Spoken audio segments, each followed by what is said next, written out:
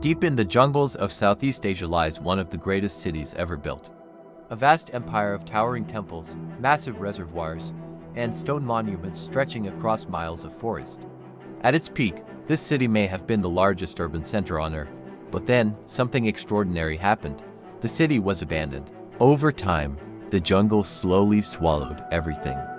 Trees grew over temples, roots broke through ancient stone, and the once great capital faded into legend.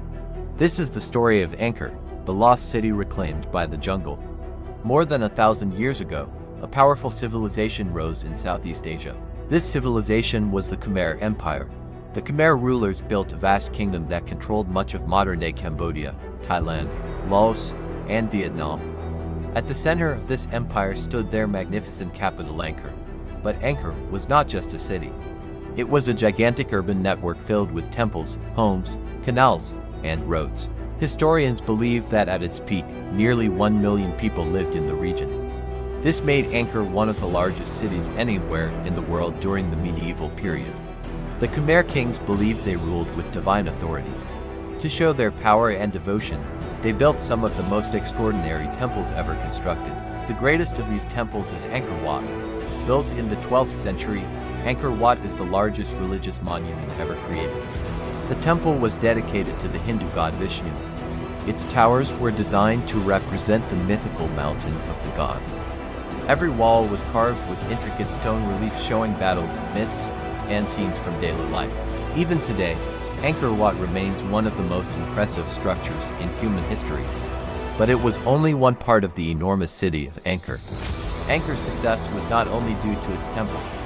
It was also built on one of the most advanced water management systems of the ancient world. The Khmer engineers created massive reservoirs known as brilliance. These giant water tanks stored rainwater during the monsoon season. Canals then distributed water across farmland during dry months. This system allowed the empire to grow huge amounts of rice, feeding a massive population. Thanks to this engineering, Angkor thrived for centuries. But maintaining such a complex system required stability. And eventually, that stability began to collapse. Around the 14th and 15th centuries, Angkor began to decline. Historians believe several factors contributed to its fall. Climate changes brought long periods of drought followed by destructive floods. These extreme weather patterns damaged the city's water systems. At the same time, political conflicts weakened the empire. Neighboring kingdoms launched attacks against Angkor. Eventually, the capital was abandoned. As people left, the jungle slowly took over.